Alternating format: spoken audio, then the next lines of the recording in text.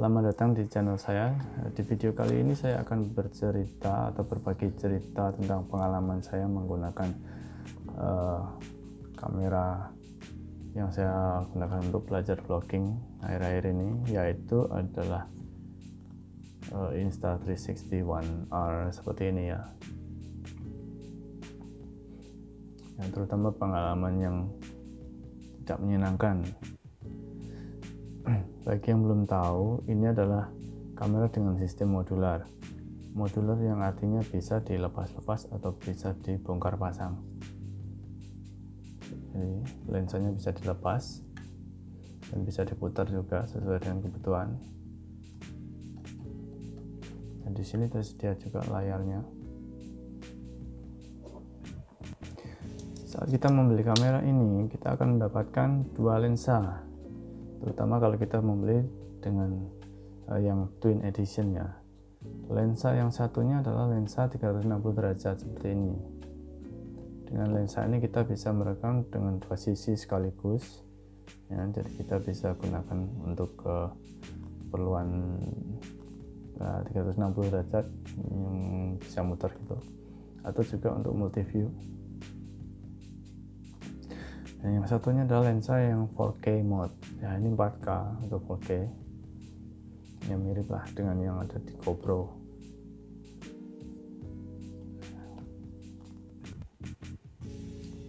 Bukannya saya tidak merekomendasikan untuk membeli kamera ini ya, ini sekedar info saja ya. Sebelum membeli kamera ini ya, alangkah baiknya kita mengetahui apa kelebihan dan kekurangannya. Nah, yang saya mau bicarakan adalah kekurangannya. Sebenarnya kalau kamera ini dibandingkan dengan action kamera yang lain masih banyak kelebihannya ya. Untuk harga dia lebih mahal dari GoPro, tapi karena kita dapat dua lensa jadi ya hitungannya lebih murah. Kemudian di dalam aplikasinya kita juga bisa menggunakan efek-efek yang cukup menarik ya untuk sosial media. Bisa dilihat di channel-channel yang lain, pasti banyak. Oke, langsung saja dengan keluhan pertama, yaitu keluhan yang paling meresahkan ini menurut saya, itu adalah overheating atau kepanasan. Karena dengan kamera ini ketika kita merekam kualitas 4K 4K dengan resolusi yang tinggi dan frame rate yang tinggi pula 60 fps misalnya, dia cuma bisa merekam selama 30 menit kurang lebih. Setelah itu kamera akan menyimpan hasil rekaman otomatis dan melanjutkan merekam lagi. Tapi di saat-saat tertentu ketika kamera ini panas, kadang dia nggak akan berfungsi, bahkan untuk memencet menunya juga susah ya. Solusinya kita bisa mendiamkan sejenak selama beberapa menit, 10-15 mungkin, atau kita bisa merekam dengan resolusi yang lebih rendah ya, 2K dengan frame rate yang rendah pula, misalnya 30 fps ya. Tapi mungkin kalau ada masalah dengan firmware itu lain lagi. Jadi itu masalah pertama. Kadang juga ada yang lebih ekstrim. Ada juga pengguna yang meletakkan atau menempelkan heatsink seperti yang ada di prosesor. Jadi ini adalah mesinnya. Ada yang menempelkan heatsink di sini. Ya, tapi menurut saya itu terlalu lah. Kedua adalah masalah fogging atau lensa berembun. Ini saya temukan, dan bukan cuma saya, banyak yang menemukan juga. Pada waktu itu saya menggunakan kurang lebih sekitar 1 jam, ada cuaca sekitar 20 derajat lah di luar. Saya pikir ada kotoran di lensa, tapi setelah saya perhatikan ternyata itu dari dalam. Padahal kamera ini sebenarnya kamera anti air, kita bisa gunakan di dalam air ya, cukup lama juga, nggak masalah. Nah, solusinya Ada yang bilang kita bisa menjemurnya di luar selama 2 atau 3 jam dengan cuaca panas. Saya coba sih waktu itu, ya cukup membantu, belum mengalami fogging lagi. Tapi kalau kita mengalami itu ya cukup kurang menyenangkan, karena hasil rekaman juga nggak bisa digunakan. Ada pula yang mengatakan kita bisa meletakkan di dalam kantong plastik berisi beras. Nah, itu belum saya coba. Jadi itu adalah keluhan kedua, masalah fogging.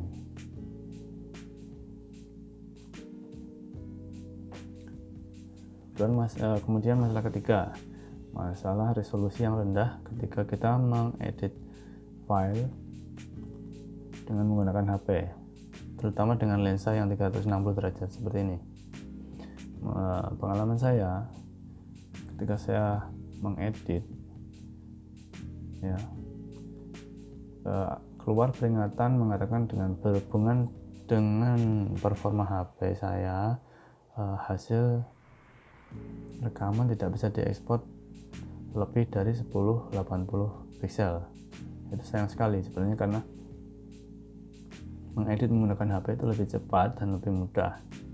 Ya, solusinya ya cuma bisa edit di komputer, jadi kita nggak bisa langsung instan di lokasi lah. Ya, jadi itu cukup, ya sangat disayangkan lah. Padahal saya mengedit menggunakan Galaxy Note 9, ternyata masih nggak mampu. Itu masalah ketiga.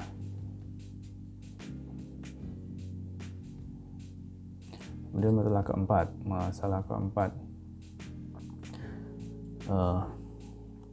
ini mungkin ya normal atau saya nggak ngerti juga sih. Ketika kita menggunakan lensa ini, hasil rekaman yang didapat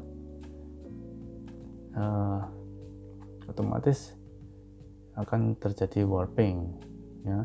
Jadi di pinggir-pinggirnya itu jadi nggak jernih, agak buram gitu. Mungkin itu normal, tapi ya untuk sekedar tahu saja, kalau kita menggunakan yang ini kualitas jadi ya lebih rendah daripada yang 4K. Walaupun sebenarnya dengan ini kita bisa merekam dengan kualitas 5,4K kalau nggak salah, jadi dibagi 2.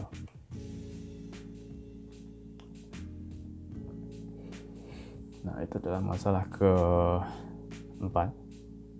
Untuk masalah terakhir, ini adalah masalah mounting bracket. Ketika kita membeli kamera ini, kita akan mendapat mounting bracket seperti ini. Cara menggunakannya adalah masukkannya seperti ini, ya. Untuk tujuannya sih oke, supaya dia nggak lepas waktu kita jatuh, tapi kamera jadi lebih besar, ya.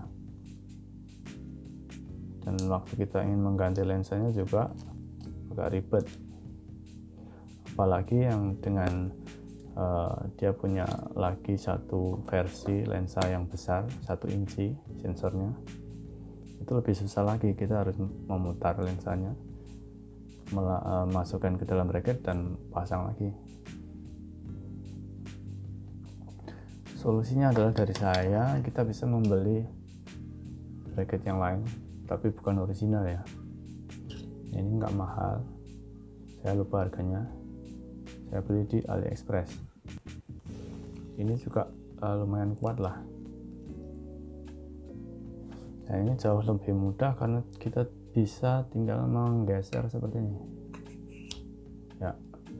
Dan dia nggak jatuh, kecuali mungkin waktu kita mengalami kecelakaan jatuh dari sepeda, atau ya, dia mungkin pecah. Nah, itu kasus yang luar biasa. Ini juga enggak agak susah keluarnya. Solusi kedua ada lagi, kita bisa membeli baterai dengan ukuran yang lebih besar, sekitar 2 kalinya, ya. Dia Di baterainya bagian bawah dia akan ada built-in mountingnya seperti GoPro versi 8 atau 9. Ketika kita memasang ke sticknya, dia jadi lebih mudah dan penampilan jadi lebih kecil. Nah, itu solusi kedua. Untuk masalah ini ada lagi tambahan yang terakhir. Ini di tempat ini adalah tempat untuk memory card, dan ada juga USB Type-C port untuk charging dan juga untuk mikrofon eksternal. Untuk kita yang tidak mempunyai kuku panjang, ini kadang susah ya. Dan juga kalau kita mau menggunakan kamera eksternal, dia jadi menggantung seperti ini, kurang bagus lah. Apalagi saat kita menggunakan bracket yang ini, dia posisi jadi lebih dalam, jadi lumayan susah untuk membukanya. Untuk itu saya nggak punya solusinya. Jadi sekian dulu pengalaman dari saya tentang kamera ini ya. Semoga video ini bisa membantu untuk teman-teman yang mau membeli dan membandingkan dengan kamera yang lain, harga maupun dengan kemampuannya. Sekian video dari saya, sampai jumpa di video lain kali.